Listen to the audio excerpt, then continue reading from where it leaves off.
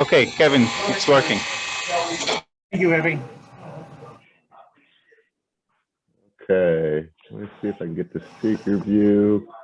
I don't know how to get the PowerPoint up as my speaker. Oh, there we go. Okay. Oh, welcome everybody to tonight's meeting, our June 2021. If all goes well and things continue to improve, this will be our last full Zoom meeting for the club. We're going to get back into in-person meetings at the start of next month. Tonight's agenda is going through some club announcements. Everybody likes to hear what's going on and what's coming up. Then our own Anthony Harris is going to do a demonstration on turning a sphere using cup chucks and give us some information on how cup chucks are used for all kinds of things in Asian turning. Then we'll work through, or Sue Bergstrand is getting emails with people that have both the challenge and the show and tell. So we'll finish up tonight with the challenge and show and tell from last month. And that being said, we'll just get into the announcements then. All right, let me see, I gotta start this out a little bit. Can Kevin mute everybody? Oh, I'm hearing somebody. Can Kevin mute everybody? Oh, okay. Kevin, can you mute everybody for right now, except me, or I'll unmute myself? There, can you, everybody hear me now? Thumbs up. All right. All right. So like I was saying, our first in-person monthly meeting will start in July. It's going to be weird, actually, getting back and actually standing up and giving announcements instead of sitting on my butt. So I'm looking forward to it, though. And as we had stated, we're going to retain a Zoom format, which you'll probably kind of get a feel for tonight with how we're presenting the demonstration. For anybody who would prefer not to come and meet in person right now, we're certainly understand that. Masks will not be required. We're kind of following both the CDC guidelines and the guidelines that the Woodworkers Guild have used for their shop because we share their space. Masks will not be required for vaccinated members, but may be worn if desired during the meetings. Obviously, if you feel uncomfortable and want to social distance a little bit in the seating, feel free to do that. Member vaccination has been encouraged by the board, but not, I guess, pushed. It's not our job to do that. Requirements at the shop will align with the Woodworkers Guild and CDC rules and recommendations. Sorry, I just repeated myself. Thanks to all members who have participated in the Zoom meetings. That's all of you guys here, and there's been several more that we've had pretty regularly through the pandemic, kind of sticking in there and giving us our support and having challenge projects and show and tell to show. And quite honestly, without the participation, our club would have taken a big dive. And I feel like we're doing good. We're going to get through this thing. So thank you to everybody that's been participating in our Zoom meeting so far. Open shop continues in June. I spent some time, well, let's see. Please remember to use the sign-up sheet on the door. We just like to know kind of quantity of people that are there, just to kind of follow that information a little bit. Please follow safe and considerate health protocols. Keep our shop looking clean and organized. David Alexander said that we really need to start vacuuming out the inside and the outside of the bandsaw. He said it's usually pretty good on the outside, but we need to open that door and vacuum that out when we get a chance. Always practice safe turning practices. And we do have a couple of weeknights, the first and fourth Wednesday, where we are looking for shop openers. Anthony Harris has agreed to kind of fill in until a new member or volunteer can be found. But Anthony's got a lot of other lot of other duties, and I'd like to not have him committed to that. So if anybody thinks that they might be able to offer up as a shop opener for the first Wednesday or the fourth Wednesday of each month, contact the board or contact me, and we'll get you worked out, and we'll run you through any information you might need. Don't forget the newest Sunday shop opening. Effie and Bill have opened up the third Sunday of each month from 9 a.m. to 12 p.m. It gives us just another day of opportunity and maybe fit somebody's schedule that couldn't make it on any of the other days. So thank you, Effie and Bill, for volunteering to do that. I have been making calls. I made calls yesterday, actually, and I've got commitments from all the shop openers. I don't foresee, because of Anthony stepping up on those 2 Wednesdays, I don't foresee changing our schedule currently, which would be every Thursday evening from 6 to 9, every Saturday from 8:30 to noon, and usually a little beyond that. Usually starts a little before that.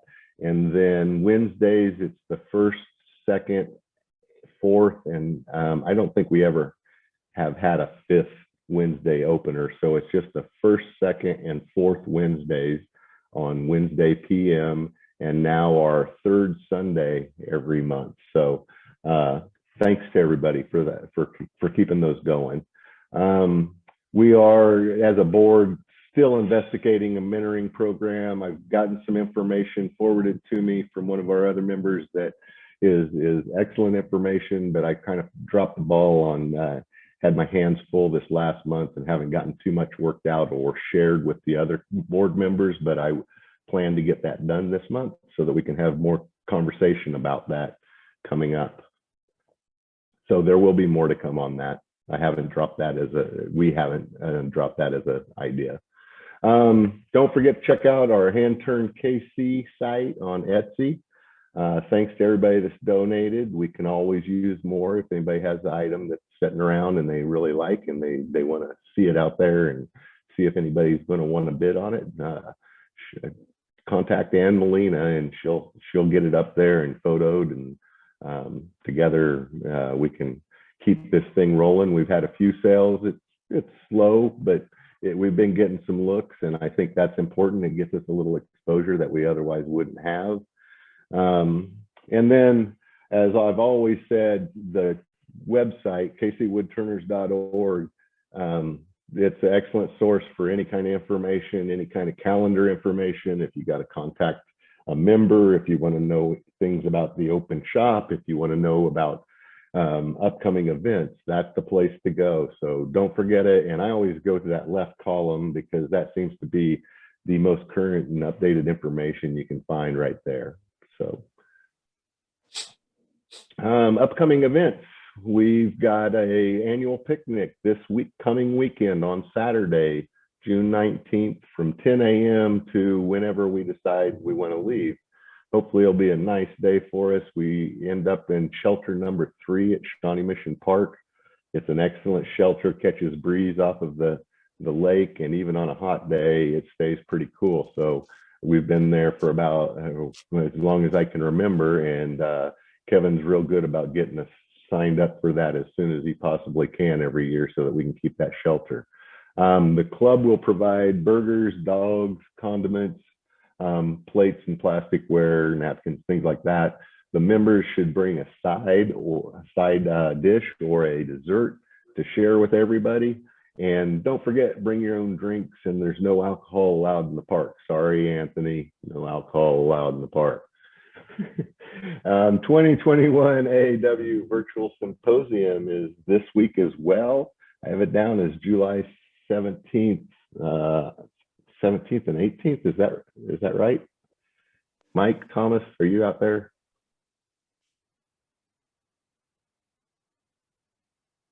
Okay. If you're interested, I would suggest just checking it out on its own website, because that. Coming to you live from Mission Control. The Aaw Virtual Symposium is July 17th and 18th, so it's not this week. Oh, I'm sorry. I saw that and was wondering, well, 17th and 18th isn't even a weekend. So that makes sense. Okay, we got a month to prepare then. But the virtual symposium is coming up in July on the 17th and 18th. And then, as always, we're going to attempt to get us back out there and have a booth at the Irish Fest. That's coming up Labor Day weekend. It's a 3-day event, so we need a lot of volunteers. Keep that in mind. It's a fun event. Sean will be kind of filling us in and giving us more details as he gets more information. Sean, do you have any more information to give us at this point, or are we in for sure? Actually, I'm not sure Sean's here tonight. No, the last email I got said that hopefully we'll know something this coming week. Something Kevin sent out Okay, I'm going to members. I'm going to interpret that off of the electronic weird noises that I was hearing. I think he's saying that he's going to get some more information this weekend, and he'll get with Kevin, and an email will come out with more information as we get it. So thanks, Sean. You were kind of beeping in and out on me. I don't know if that was happening to everybody else or not. Want to remind everybody also in July on the 20th, we're kind of teaming up with all the other KC area woodturner clubs, and going to have a live stream demo from professional turner Emiliano Archival, and I probably just butchered his name, but I'll learn it better when I go to the demo, I guess. He's going to demonstrate the turning of a round, I think he called it a traditional round bottom calabash bowl.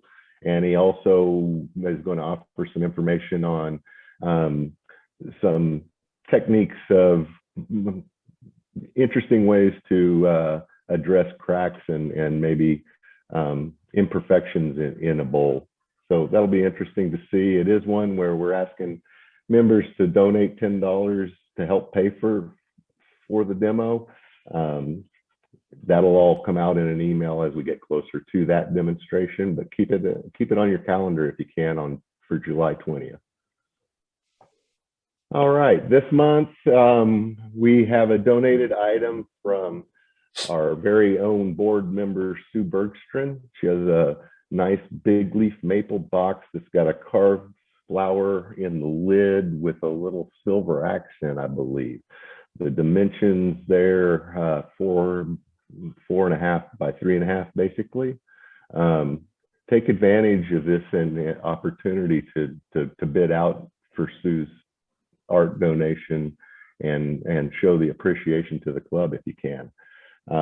Sue's project will be out for bid through this Friday at 7, I believe. So if you still want to, get your bid in there on that. And then next month's silent art auction item is a beautiful pepper mill that out of olive wood that Bill Paulo has provided for us.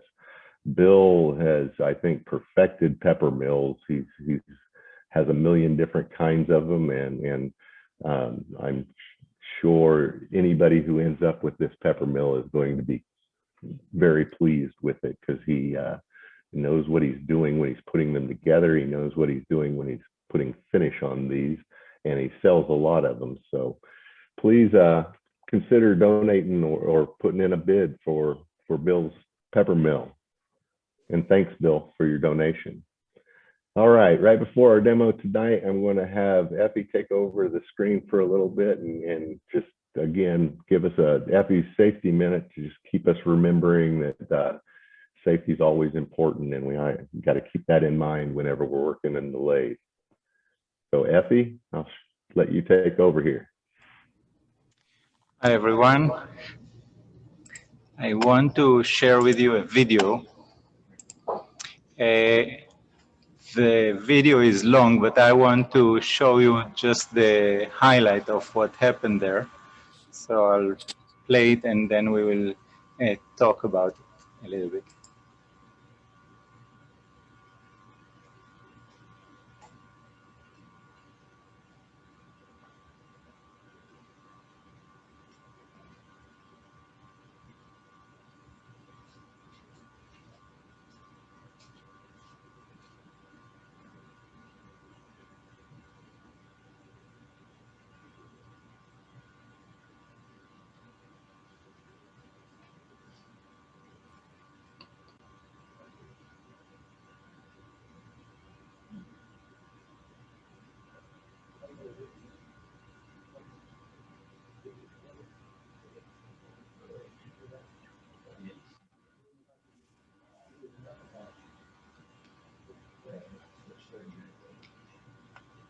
Yeah, so you can see things like that can happen.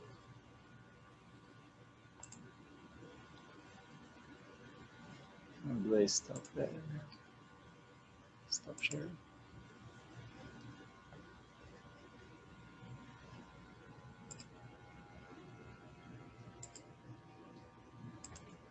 It's real scary looking, I think. Yes, that was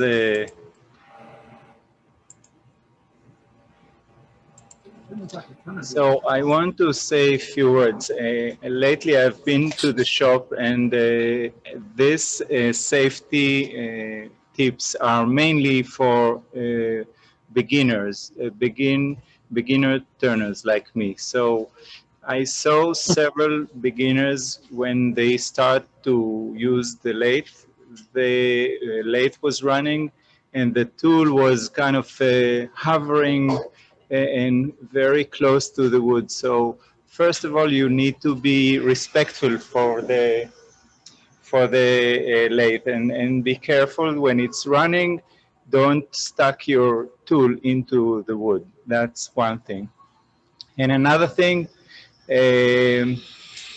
when you feel that the wood is too heavy and it's spinning and it's not round, it's not balanced, reduce the speed and make it play it safe.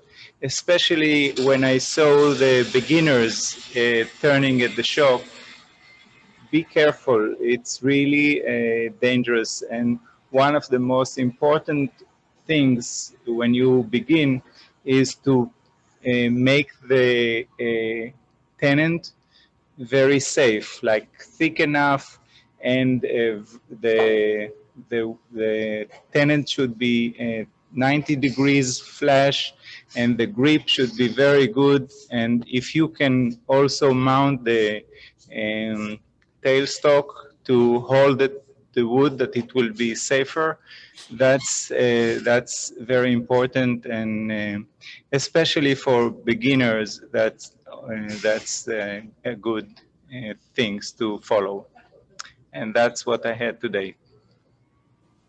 Thank you, Effie. Thanks for that. And I agree. I noticed when the bowl was on there and he had it slowed down, you could see some pretty nice cracks going across that. That should have been kind of a warning for the person that he either needed to be taking a lot lighter cut across there or reconsidering whether that was a valid bowl to be turning, I think. So thanks for that, Effie. It's always good to hear a little bit more about safety. And that leads me to tonight's demonstration. So our very own Anthony Harris is going to be coming in and giving us some information. I don't think it's all going to be chips flying. I think he's going to have some discussion in regards to turning a sphere using cup chucks, but also other ways that cup chucks are used in a project.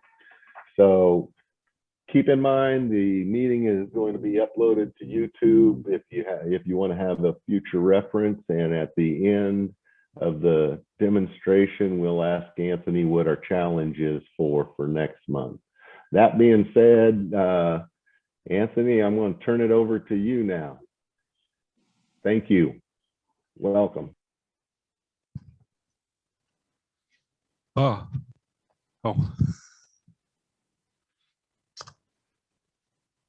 We actually have started? Oh, okay. So I'm gonna turn a sphere, but the main reason I'm turning a sphere is so I can show you a cup chuck. Yeah, that's all. And so I'm just gonna start. I turned a lot of spheres. I turned boxes. What? Okay. I've turned. Is that better? Okay. And I've turned a lot of spherical boxes. And so there's a lot of different methods for doing it, but I'm going to show you is the billiard ball method. I think the first person I saw do it was Alan Batty. And what he did was made a secret coin box. And I happen to have brought one so that you can see what it looks like. He was in Utah. Almost all this stuff is about Utah.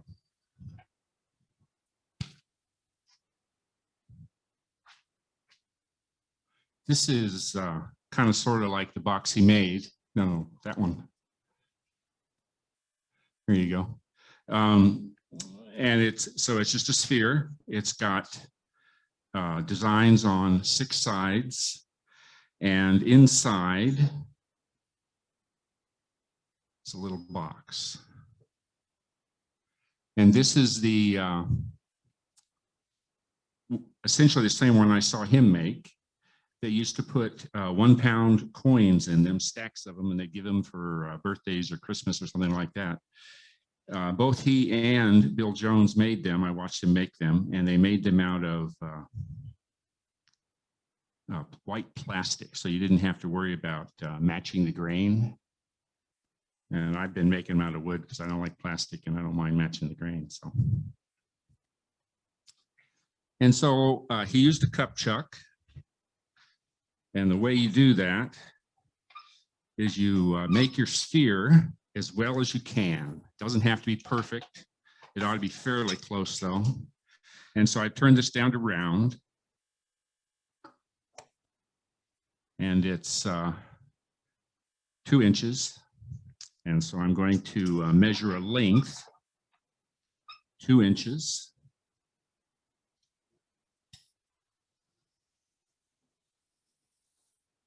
And I'll mark that just so that you can see it fairly easily. And it should be, it's nice to be able to mark the halfway point, the middle. Doesn't have to be perfect. Again, you want to be fairly close. Mark that with a pencil so you can see.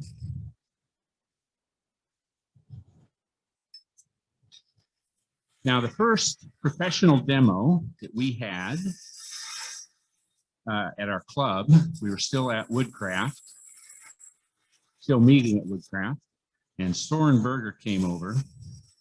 And one of the things he did was make some spheres. And he used this little ring. And I went and looked for some today, and I only found 2, and none of them are quite small enough. But what it boils down to is if you put this ring on the sphere you're turning, and you see light here on the sides, in the front, in the back, your sphere hasn't gone far enough around yet. If you see, I'm not going to be able to do it, but if you see light coming in from the sides, then you've gone too far. You've gone past the circle. And so that's the skill he brought that time. That was the lesson. And I made some spheres at home that way. One of them was a piece of walnut, a big piece of walnut that I had left too long, and it started cracking. And it wasn't going to be good for much of anything else. And so I turned a big sphere with it. I think it ended up being 18 inches in diameter. And so what do you do with an 18-inch sphere? It was out of walnut. It was green still. And so I just put it down on my shop floor. And it sat there for 2 or 3 years, cracking.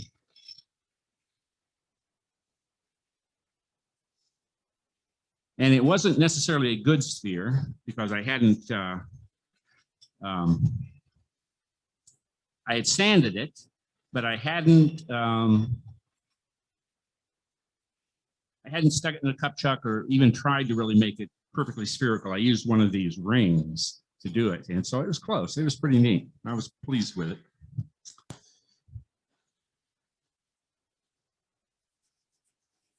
I eventually, 3 years down the road, sanded it, put a Danish oil on it, and took it to the first show I ever had. And I just kind of figured it was look what I can do. Someone bought it for $300. I was pretty pleased about that. So that meant I went home within a week and it turned another one. This one was out of honey locust. And when I was done with it, I put it down on the bottom, you know, on the floor of my shop, and it sat there for a while. And I reached the point where I just decided I didn't want to turn another big sphere. And so I decided I'd make a big pawn, and that was going to be the head of the pawn. And that was my first, well, actually my second experience with a cup chuck. The first one I did at the tool show. And what I did was I had elm, and it was real wet, and I made a spherical box, but I glued it together. I was never intending it to be a sphere at the end, or a box at the end. And I put a sphere inside of it, so that if you, after it was glued together, you could pick it up and things would rattle around on the inside. And I thought that was pretty cool. And I spent, I don't know, a long time making it. I was using a lathe at the tool show, but I don't even remember what lathe it was. It wasn't the one that everybody was watching. And I think I probably knocked it out of the cup chuck 20 times or 15 times or something. It was, I don't know, 4 or 5 inches. The next time I used the cup chuck was on this big pawn head. It wasn't spherical. It was a little elongated, kind of like this is. And I don't know. It was in October or something, and we had one of those big ice storms. And so there was a bunch of trees down, and there was a piece of soft maple. I got a trunk and brought it home, a section of trunk.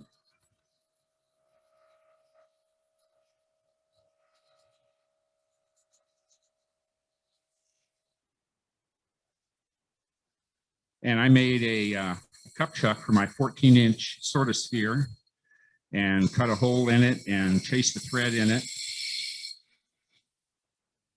And I didn't knock it out once. And I guess that would have been a disaster if you knocked a 14-inch diameter piece of something out of a chuck.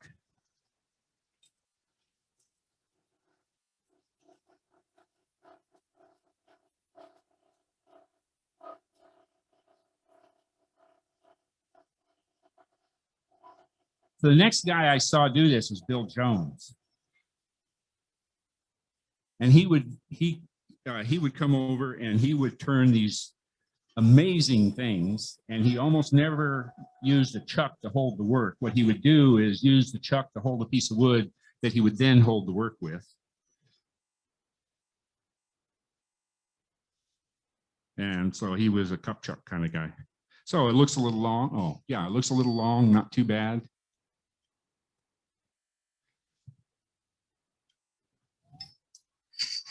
And so what I noticed with him was he used them for almost everything.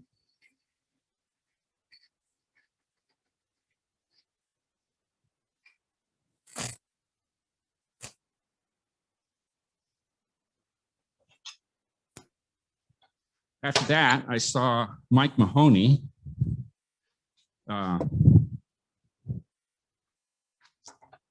chase threads for the first time. I think he's the first person I ever saw chase threads. He was making a funeral urn. I'm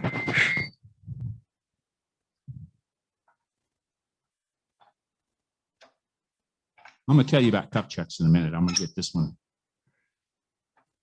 started a little further.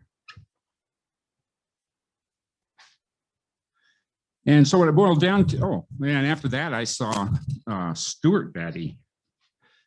He is the first time he demoed, I think, in Provo. I'm not, I don't know if he'd demoed anyplace else. I'm sure he had. I mean, he was pretty good. And what he had done is he had rough turned a piece of either ebony or it was African blackwood, and sent it to Utah a year earlier.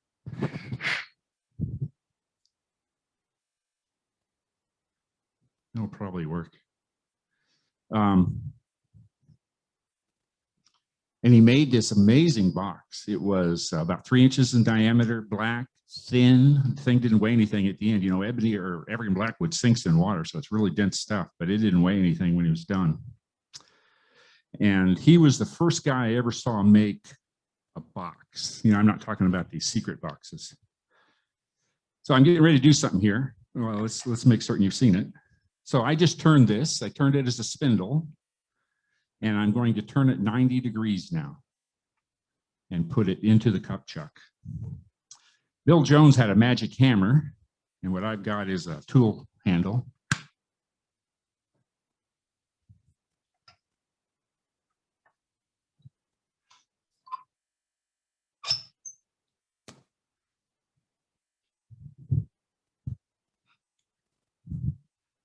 And so I don't know if you can see it, but here is one of the centers.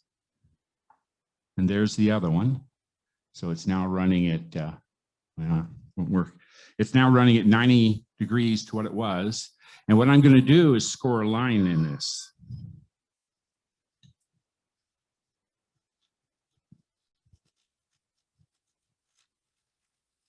Doesn't really matter what you do it with. Stuart, he used a parting tool, a thin parting tool or something like that. And he actually marked the line with a pencil later. That made it easier to see. Okay, so you see how it's cut all the way through the part that's too big. Just barely gets down to the side where it's the correct size. Just barely, I mean, just barely feel it. And so what's happened is I have created a circle in this direction, and it's 90 degrees to the original circle.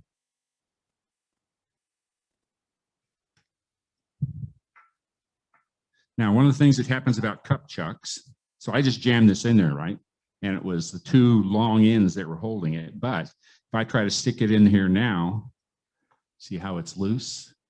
And that's because this is smaller diameter than that. As you're making a sphere, you're always making something smaller. And so your cup chuck ends up being too big. So I'm gonna make a cup chuck now so you can see how that works.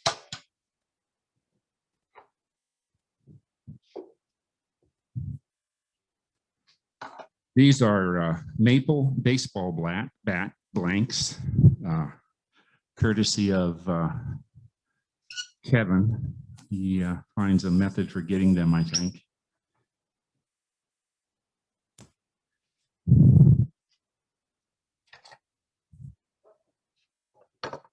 What happened? Ah.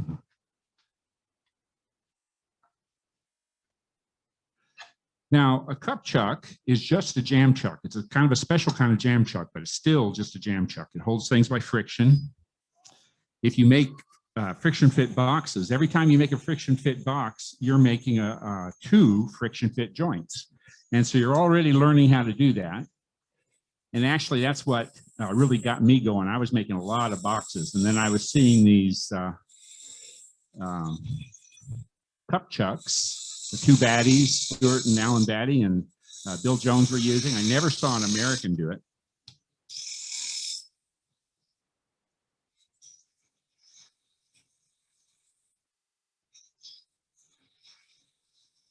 Now, the things that are important about the cup chuck is the cup chuck holds its work on this corner, just on this rim.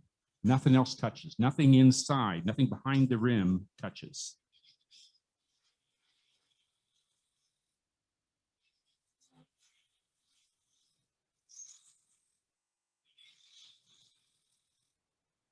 Let's test it.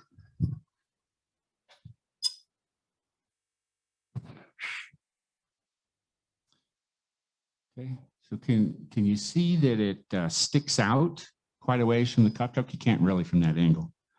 But the closer you get this opening diameter, the closer you get to the major diameter of the sphere, the better it holds. The problem is when it comes time when you're working on your sphere and it gets too small and you have to change your cup chuck, well, if you're holding it at the major diameter, you have to take a whole lot off of your cup chuck to make it fit. So the more you can have it stick out, the more economical it is on your cup chuck. One of the things, I mean, I haven't learned it real well because I'm real stingy, and it leads to probably my major cause of mistakes using a cup chuck is I'm stingy with the wood. And you just have to reach a point where you say the cup chuck is perishable, just like sandpaper, and you just have to let it go. Now, I don't know if I brought a drill.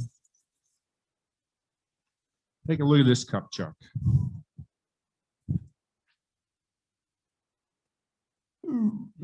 Oh, there. See, there's a hole in it. That's in case I get something in the cup chuck so well that I can't get it out. You can poke it from behind with the knockout bar. My two biggest,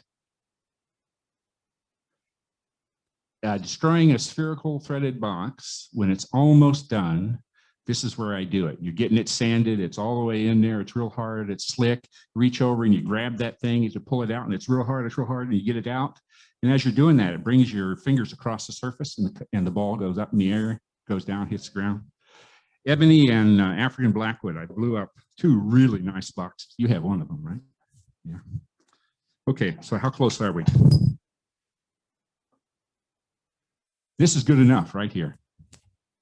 It is probably 3/8 of an inch extending out. You probably don't want to go too much more. Okay. So what makes the cup chuck work? Nothing inside touches. I'm putting this inside. It can't touch anything. If it touches something, it prevents this from holding. It's actually an interference fit. And what that means is the cup chuck, this edge of the cup chuck and the sphere are trying to occupy the same space. And so somebody is getting compressed. And if you're pressing it, if it's touching in the back here, it's not going to be holding hard enough here to compress. The next thing that really has to happen is this edge right here. This edge has to be sharp. What do you do if your cup chuck has gotten too big? You're going to cut some off the front, right? And so if you run your cut all the way across, you have bent fibers right here at the corner in, and your cup chuck will never work. And so I guess frequently when I'm cutting down a cup chuck, I will cut across it till it's almost done, and then flip it over and pull this back. And I don't know if you'll have to do this experiment on your own, but this edge, it's not flat, it's up at an angle, and when it touches the wood, it's pulling the wood back across. And so you can change the size of your cup chuck without having to recut the inside with this angle. Works real nice. Maybe not as clear as it ought to be. Okay. I don't remember. Let's cut it once more just to make it easy. You always have to remember, cup chucks are perishable.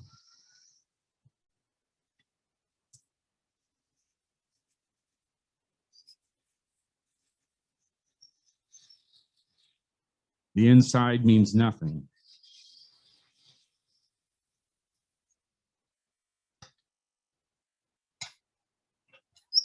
You cannot afford to have anything be on the inside, like dust. It's just death.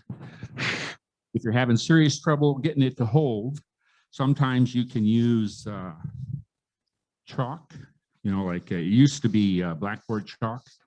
But blackboard chalk isn't made out of chalk anymore. It's actually a clay. I wrote these down so I wouldn't miss them. So you have to have good wood. It's got to be solid. It doesn't have to be hard or soft. It just has to be good, clean wood. You can't have knots. You don't want flaws. You don't want anything rotten. You turn it as a spindle, right? grain runs parallel to the bed. Thing that works is the rim. If you, I don't really make it 90 degrees. You don't make this corner 90 degrees. You could, but the problem with that is you have to cut too much of it off when you resize things. And so what you do is you cut this front flat and you let the inside be 87 degrees, 88 degrees, 89 degrees. And that way, if you cut some off the front, it's getting smaller. I actually did, sometimes I've undercut them and they hold really well, but then you have to throw them away when you're done because you can't use them for anything else. Rim should be crisp. We haven't talked about the magic hammer yet, have we? Oh, we did a little bit. Okay. Now y'all know how to make cup chucks, right? Okay. I still have that pencil line on there, and so I can orient my sphere so that it's exactly, or not exactly, as close as I can get to being back on its original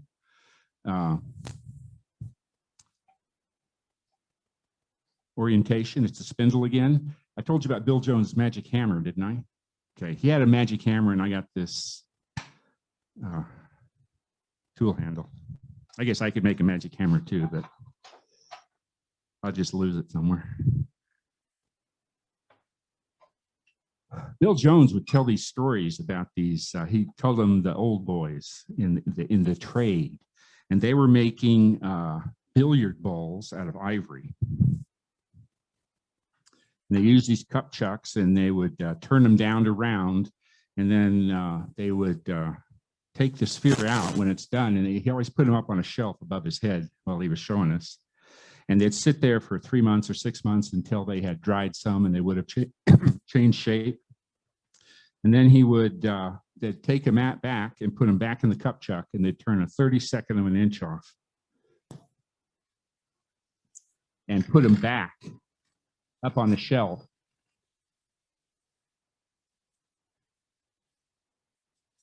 And let them sit for another 3 or 6 months. And they turned them 3 times. And at the end of that, they had to end up being round and the right size.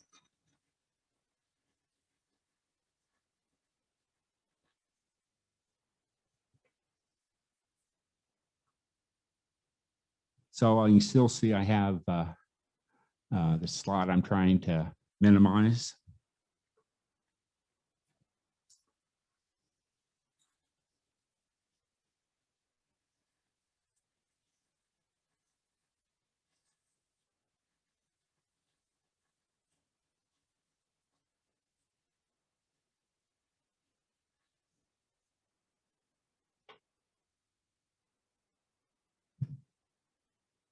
About the worst thing you can do here is to cut below that line, because if you cut below it, that portion, I mean, you can't put it back. And so the only thing you can do is cut your whole sphere down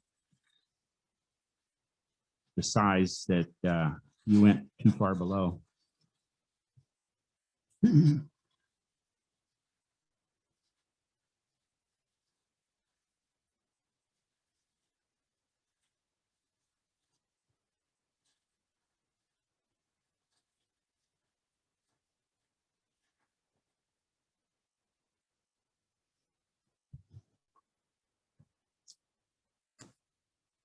So I'm getting closer. It's about the same size on all sides.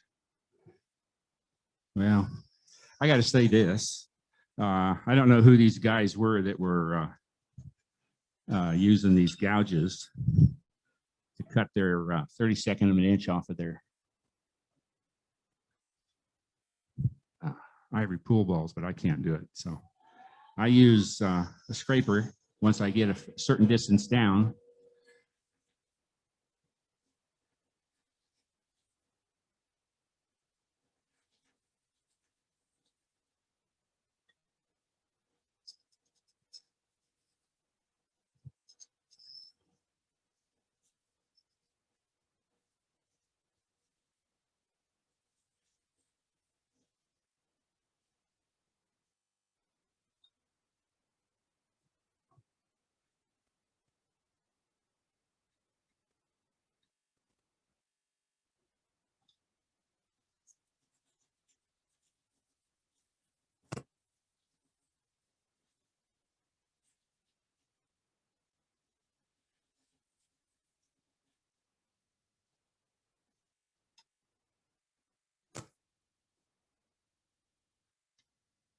Notice I just keep stopping the lathe.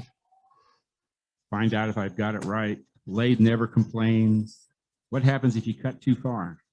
What's the difference between, oh, just a little bit more and poop? Oh, you just turn it off.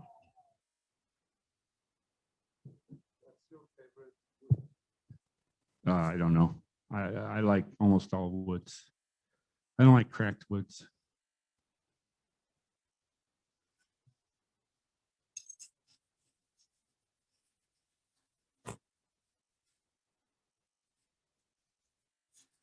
This is tulip wood. It's a rosewood. I like it because it's colorful. It's fairly hard. It does not make me want to choke or anything like Cocobolo can. You still see it? Yeah, see? Just a little bit. And that little bit is how far away from a sphere it is. The main thing that the cup chuck buys you is it permits you to get at an entire hemisphere. When you try to make a sphere between centers, you can't get at a hemisphere. And that's why maybe it's not impossible. Maybe there's someone out there who can do it, but it's kind of mathematically impossible. You will have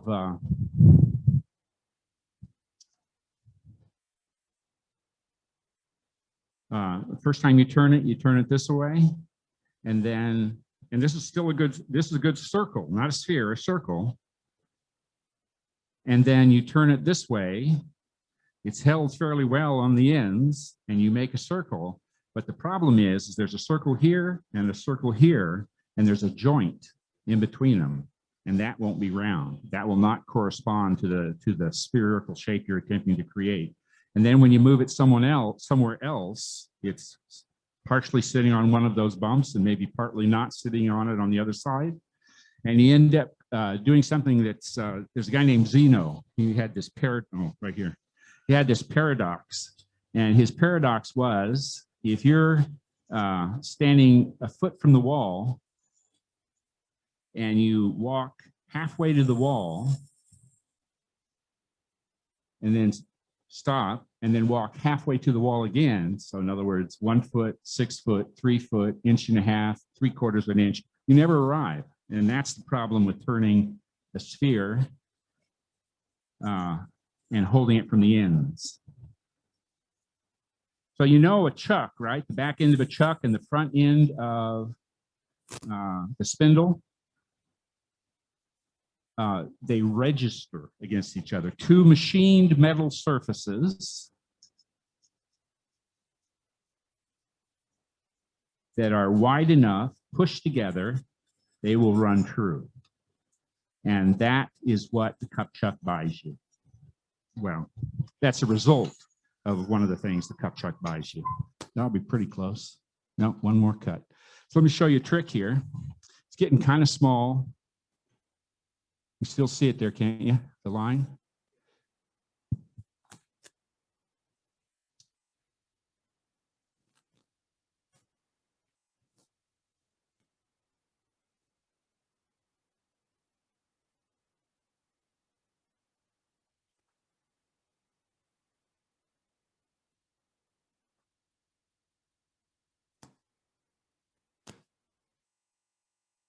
And so this needs to be cut. I apologize. Just erase that in your mind, right? This has to be cut here. This has to be cut. And this has to be cut. And so if I make those pencil lines disappear, I will be mostly cutting the places that need cutting. You know, that's the fifth law, right? Actually, it's not the fifth law, but it's kind of sort of. And so here I am in the part that doesn't need to be cut, right? I'm still touching it, but I'm touching it very lightly. And then here's where I have to cut again.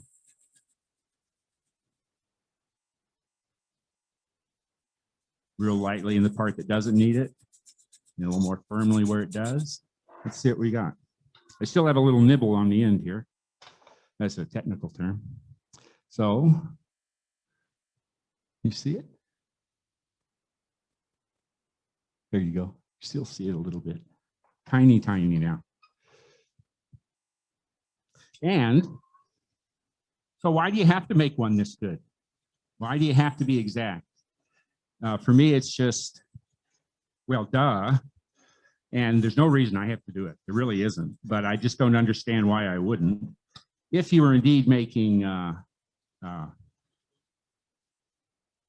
billiard balls, it'd have to be the same weight, same size, same diameter. When you do a spherical box, a threaded one in particular, if they aren't the same all the way around, when you screw them apart or screw them together, they will wobble, like it'll be too far sticking out on one side. And when you end up, it'll be all correct, but it won't feel good when you're getting there.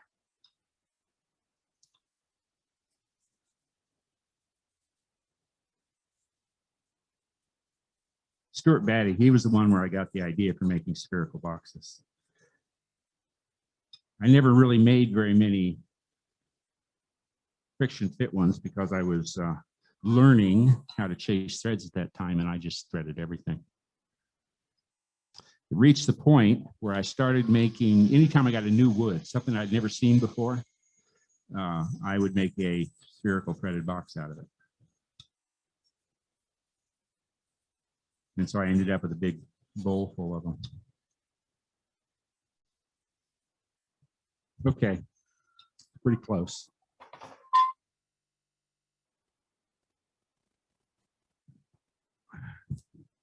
So, good cup chuck, huh?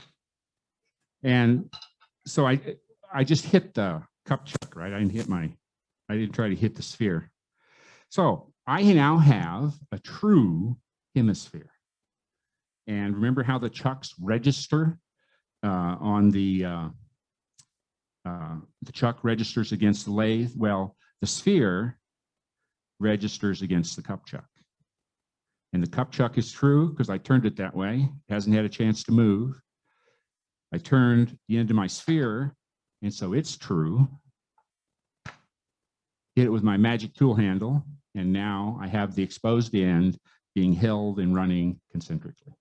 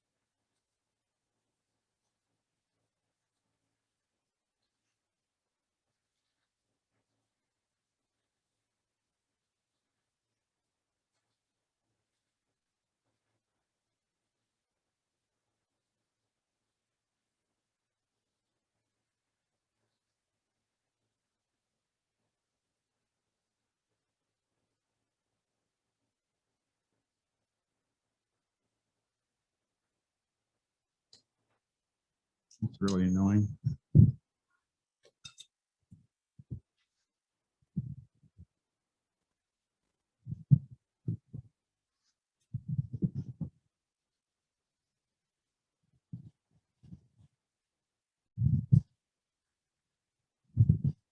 When you make a spherical threaded box, you do the inside first, and everything has to be measured.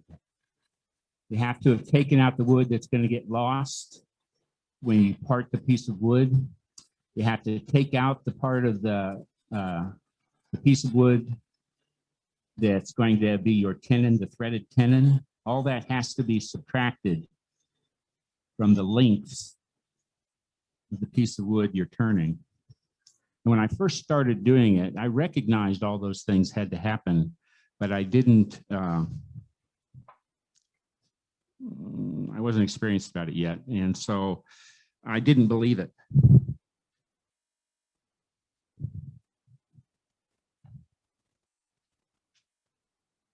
And I would turn the two halves and I would think, no way, that just can't be right. I'm going to take some of that off. And I ended up with some funny looking boxes. Math really does work.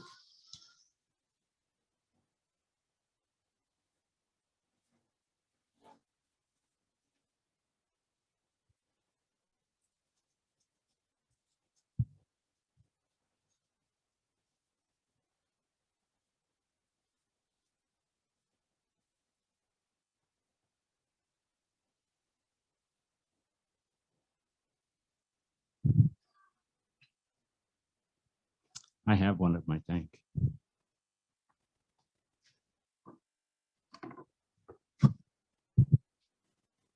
This is one of them. It's made out of Vera wood. This is one of them that I didn't believe. Right, it's pretty good looking. And then you look at the bottom of it. Oh, looks like a little place to sit. So you can still make something out of it, but you can't make a spherical box.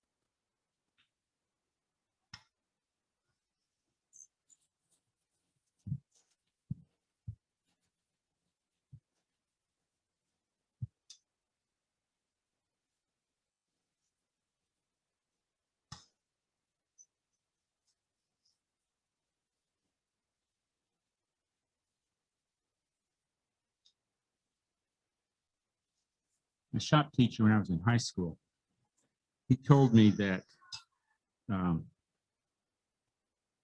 real woodworker, you can tell when they become a woodworker because they start making jigs. And that's what I saw with the baddies and Bill Jones. They weren't holding things in chucks.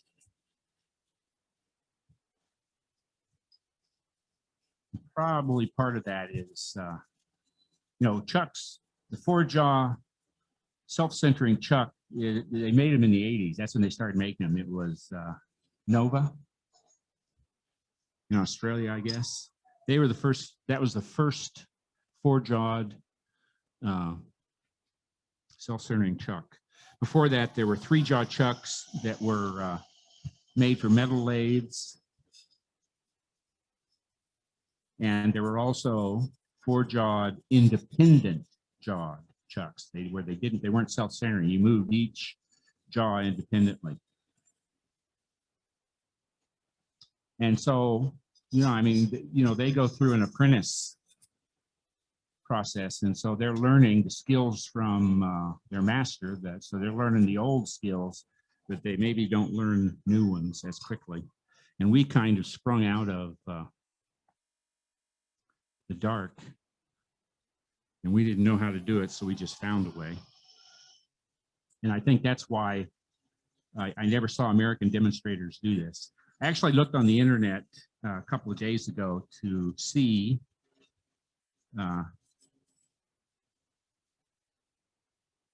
how it was being done in the United States. And I had never, I'm just repeating myself, I'd never seen an American do it. But now I saw 3.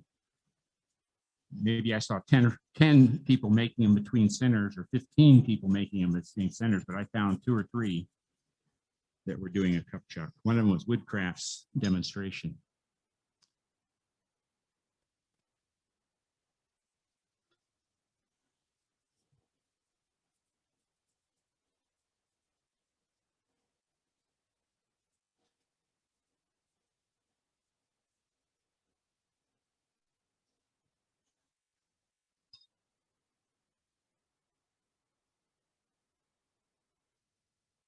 whole thing just a little bit.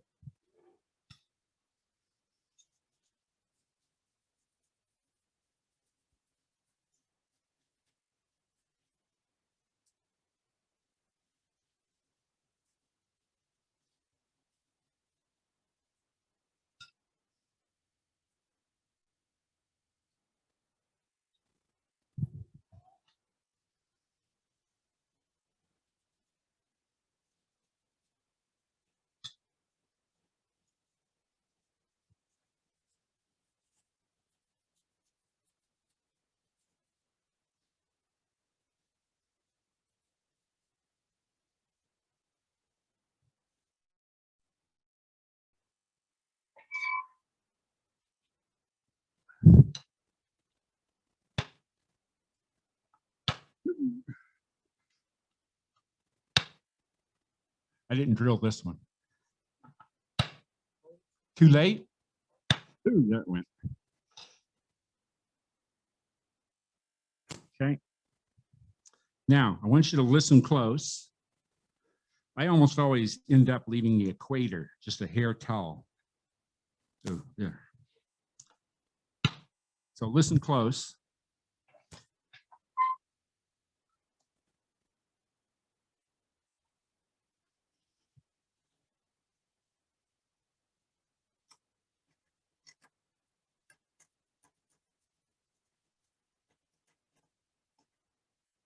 That you can I don't know if you can hear it.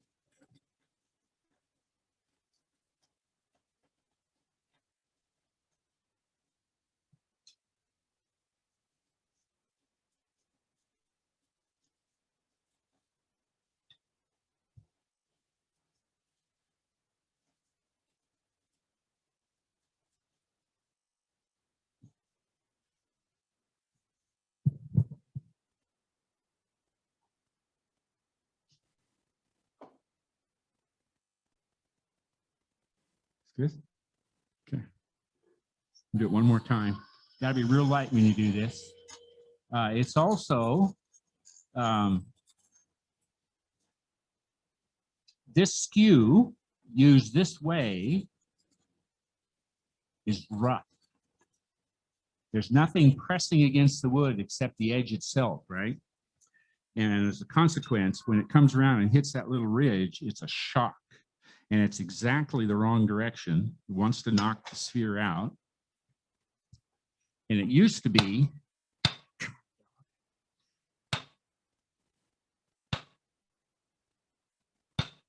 there we go. That I would knock it out frequently right then.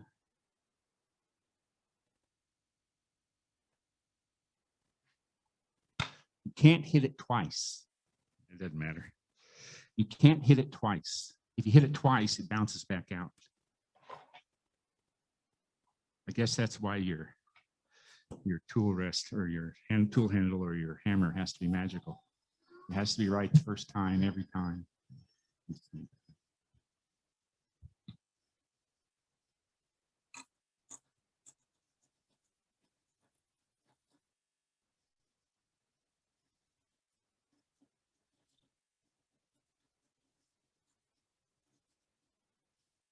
And you can feel if it's not quite right.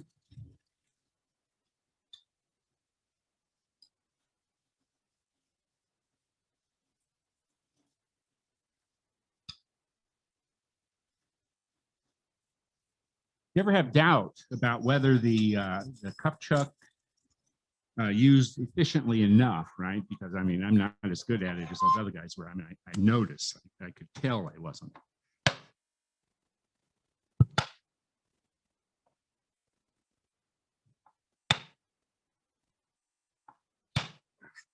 It's more spherical, right? It's getting real good. I could, well, okay, I know what I'm going to do.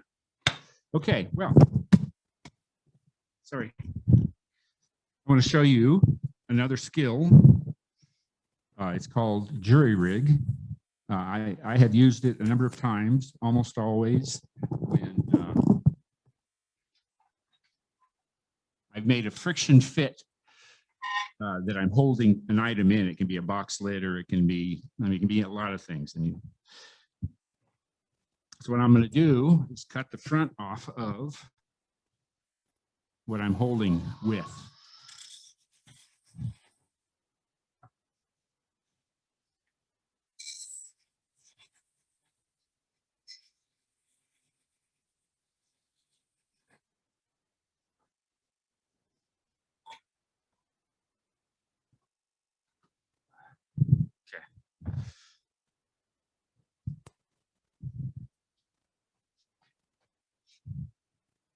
So this was that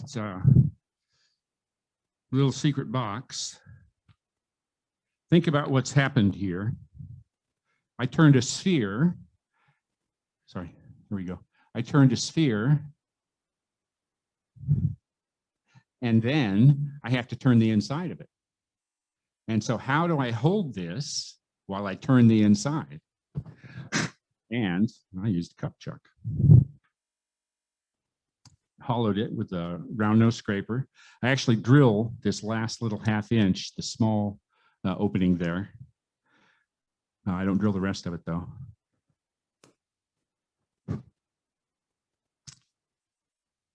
So I don't know what else to say.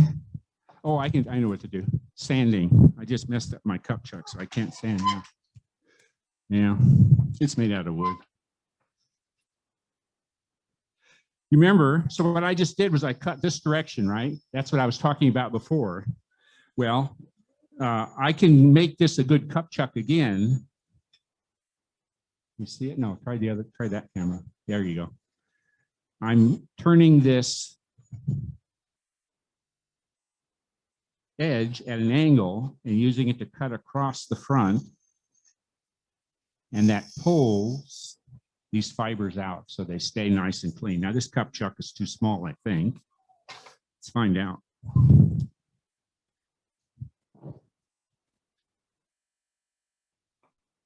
No, it'll work. Okay, so I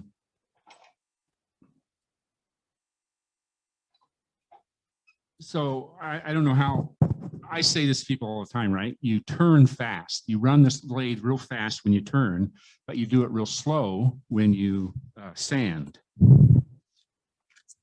That's not true of this. You could probably actually use a little piece of wood or something, like a sanding block, and glue the sandpaper to it.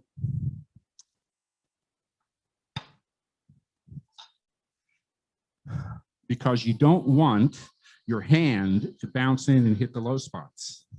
And so you go real fast and you don't press hard.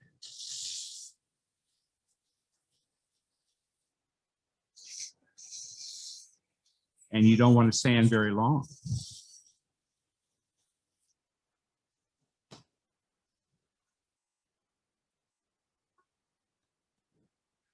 And you always sand in opposition. You always put it back in opposite the way you had it.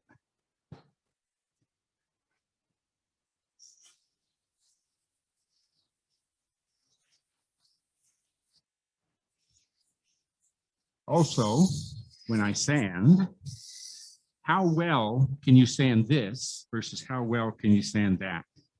And my answer for myself is I couldn't. It would never work the same on all the places. And so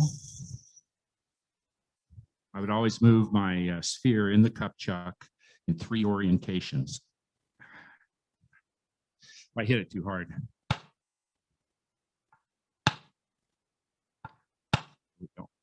Okay, put it in at an arbitrary.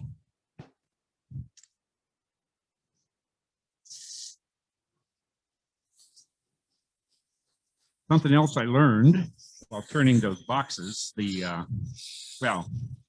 secret boxes, the spherical boxes, you don't have the problem. You don't sand it until you're almost done, because if you sand it, it's become real slick and it won't stay in your cup chuck very well. Remember something else I was saying? Remember I talked about the blackboard chalk? The modern chalk is all clay. The chalk that you use to strike a line, a carpenter, that's real chalk. I don't use it very much. It stains the wood.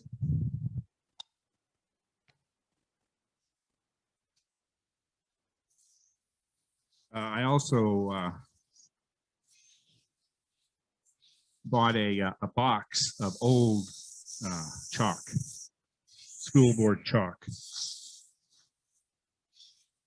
And so I have a stash, but like I said, I don't use it very often. Something I discovered that was very interesting is a wet cup chuck. I made some out of, I made some cup chucks out of aromatic red cedar. It was green, and it's the best cup chuck I ever used. I don't like pine. The distance between the rings, the growth rings,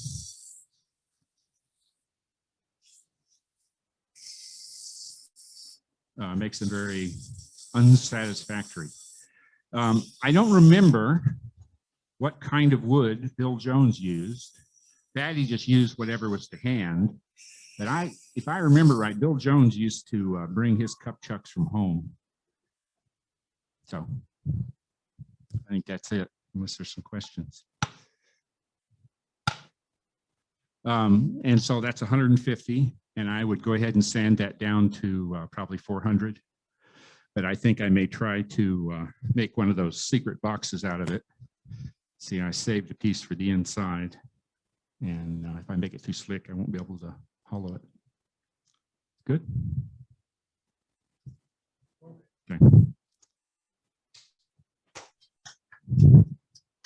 Wow, thank you, Anthony.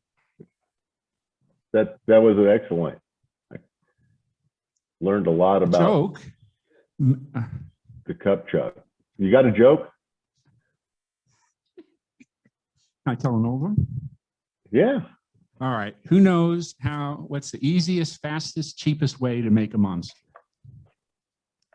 You take old French money and you put it into a German beer glass. Right? Frankenstein.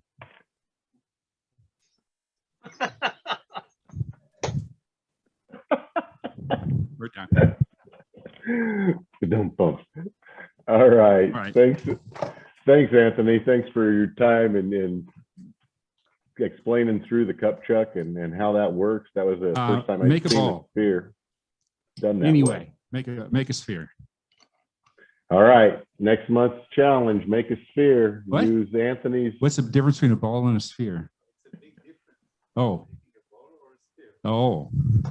All right. Make a sphere if you can. It doesn't have to be perfect. It's worth trying though. Two hemispheres put together. Chucks don't cost very much. Is it better to use on green trees. wood or Cup chucks dry grow on wood for your trees. cup chuck? Anthony, did you hear that question? Sure. Hello. If you're making, well, a sphere, you can make anything. Who is it? Who's the guy in Australia? Everybody knows him. What? Clues? Jimmy? No, not Dundee. Jimmy Clues? No, he's Colorado. Or he's British. Clue is. Oh.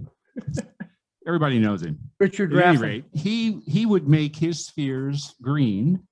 He made them between centers, and then he would throw them out into his garden, and they would dry and crack and distort.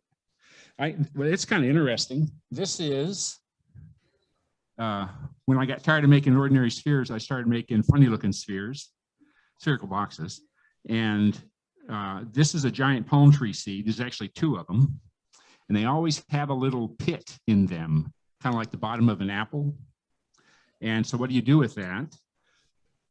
I started drilling and tapping those pits, and I mostly made little screws, panhead screws out of African blackwood, and I would use those. And so this is something else I came up with, and this is a little spindle that screws in to take care of the hole. and and so it also extends into the box. So there was a little more interest there. This is my a mood sphere. My God, this guy is talented. Stand for it. And so if you're just kind of feeling, you know, just kind of even keel, you do it like that. If you're feeling depressed, you do it like that. If you're feeling pretty excited, you do that. This is fun. This is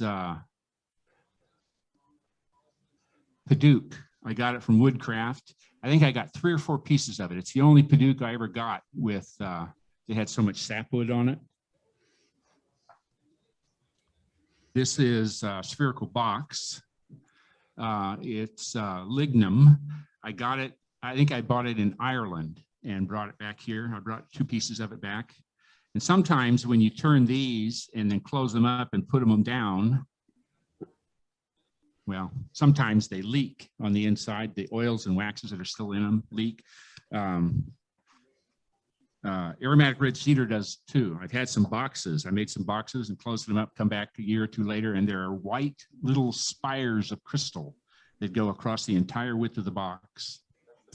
Yeah, and of course, when you show that to something, the first thing they always do is, oh, look at that. And that just ruins it. So here's there's a sphere.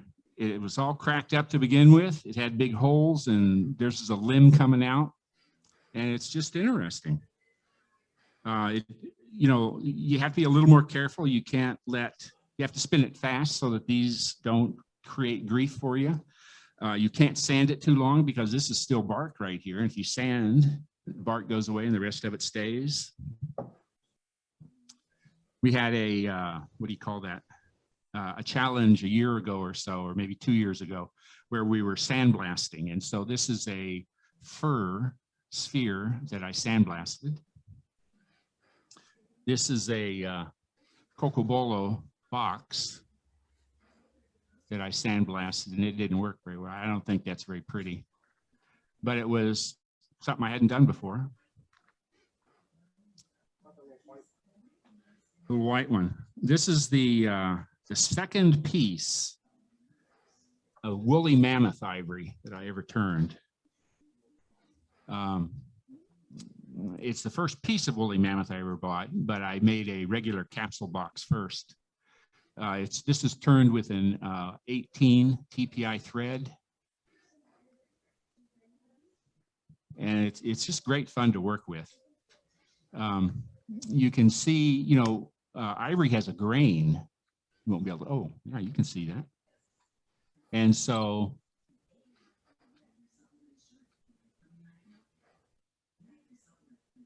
right here, there is the essentially the enamel of the tooth. And right under it, you have these, there's actually a name for them. I don't know what that's called, the marks, the striations. The way you can tell elephant ivory, modern ivory, apart from woolly mammoth ivory is woolly mammoth ivory has those, they cross at 90 degrees, and modern elephant crosses at 120. The other thing that's interesting is a woolly mammoth has those marks. See, here it is. Here's the inside of the tooth. Here's the outside, and those marks disappear. They fade out. And mastodon, I've never had a piece of mastodon, but they say there are no marks like that on it at all. Yeah, I don't know why that would be true. Bearwood and lignum are full of wax and oil, and so they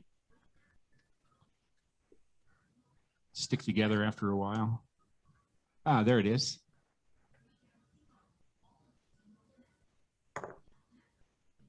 That's the stuff on the inside soaked out. And that's also what's gotten into the threads. I'll tell you something else about a thread on certain woods. Lignum and hairwood, you cannot wax the threads. normally you buff and wax threads and makes them silky, right? You do it with this and the oil comes out and it gums it up real fast. This is Wood. Now it worked pretty good. It's one of those secret boxes.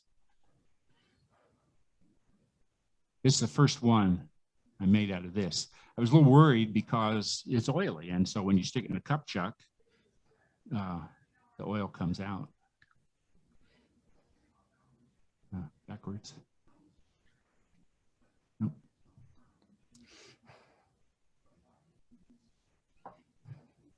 These are the biggest spherical boxes I ever made. Cocoa Bowl, if I remember right. Yeah, it's darkened a lot over time. I don't know what else is exciting here. This is something, this is big leaf maple burl, and it's something a member of the club had the opportunity to scavenge, to get onto. It was laying out. It was going to be thrown away, and they didn't actually look at me, but I could kind of tell that they put it down, so I'd pick it up. This is black and white ebony. And black and white ebony is fun to turn, but it moves so much. I've got a big piece of this. I don't know, it's 3 or 4 inches that I prepped up a year ago or maybe 2 years ago. And maybe it's time to dig it out and turn it. Yeah, it moves a lot. Sit down. This is another thing that was fun.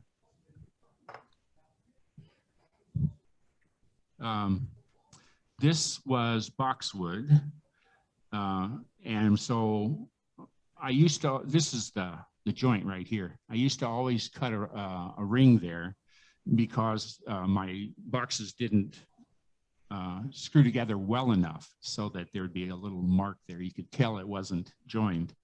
And so I just decided I would continue that process. I think Kevin was doing this too, but he was doing it off center, and so he was making spherical boxes with eccentric rings on them and stuff. It's pretty cool.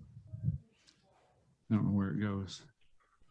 Anthony, is that black one by I may have your, done better than I thought, huh? is that black box There it by is. your left hand have an off center And so the real opening? problem with this is if, hello. The black box to your left, did they have an off-center opening?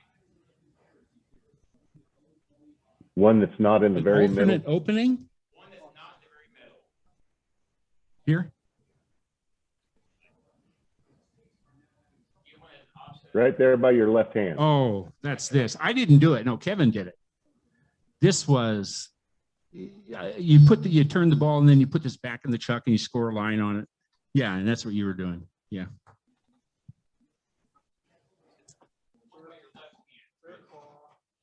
Yeah. That's the one. Like this? Yeah, I think the one by your left hand had an offsetter. Oh yeah, a bunch of those lines in it. Yeah. And it's the same as the Boxwood one. This looks like Cocobolo. A lot of the, I can't figure out how to open. Oh, there it goes. No, that wasn't it. Here we go. Now you see this one I did, this one was kind of a camouflage job because I didn't mark the real joint. I just marked the other ones so that, you know, you'd say, oh, that's a joint there. And that's not the joint. So the joint is actually right here.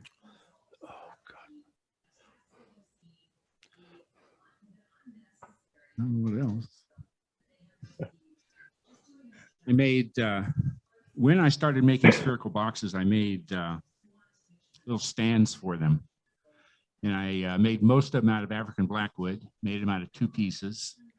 I was making them, let's see, I have this African blackwood that is 1.5 inch by 1.5 inch by about 7 or 8 inches. I got 150 of them from a place in Canada that makes bagpipes and clarinets, and these were seconds. And so it came in this big plastic burlap looking bag. Maybe I bought 175 of them, but they cost $1.50 a piece. So it's either one or the other. It cost me $1.75 a piece, and I bought 150 or I got 170 of them, and they cost me $1.50 a piece.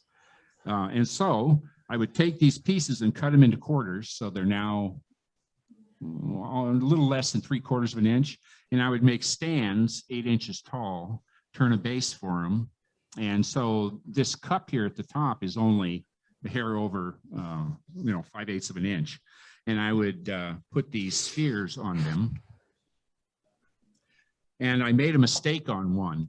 When you're making these, you have the base in the chuck, and you've already created your thread, and so it's screwed in, and you can't use a tailstock because you have to turn this first.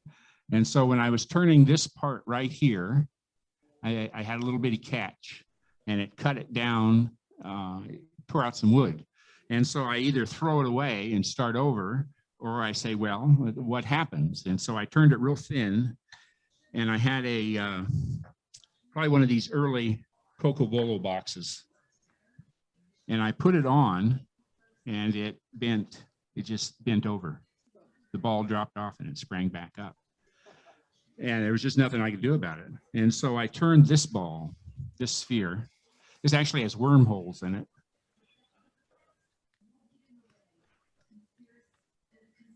I wish that wouldn't happen. Well, you notice it bounces well, see? And I think you can see light through it. And you can see light through it in a bunch of places, but through those holes in particular. And when I put it on the real thin stand I'd made, it went, and it just doesn't weigh anything. Are we good? Oh, yeah. This is tamarind. I really like it. It's pretty.